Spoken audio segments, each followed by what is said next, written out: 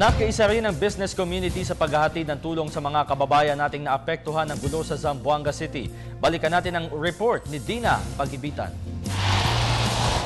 Higit kanino man ang mga inosente at sibilyang kababayan natin sa Zamboanga ang labis na apektado sa nagaganap na krisis na kinabibilangan ng tropa ng pamahalaan at MNLF sa lugar. Sa ilang araw na bakbakan, hindi na iwasan ang pagkasira ng mga infrastruktura, mga bahay at kabuhayan ng mga residente sa lugar.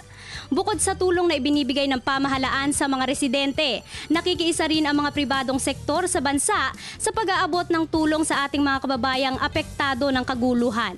Isa na dito ang Philippine Chamber of Commerce and Industry o PCCI na makikiisa sa pagbibigay ng relief goods ng mga nasirang infrastruktura at pagbibigay ng trabaho sa mga residenteng apektado. The National Chamber will definitely be supporting them both from the resources, human resources, and on the monetary resources. Samantala, bagamat apektado nga ang business sector sa Zamboanga, ang mahalaga raw ngayon ay maging isa ang mga Pilipino sa pagtulong ng pagbangon ng lugar. Dahil din daw sa mabilis na pagresolba ng gobyerno sa krisis kung saan inihayag na ni DILG Secretary Mar Rojas na clearing operation na ang kanilang ginagawa, posibleng bumalik operasyon na rin kaagad ang mga negosyo sa lugar. In fact, yung mga shipping line, they have already given us the go signal na kung meron tayong padala, they are willing to send it for free.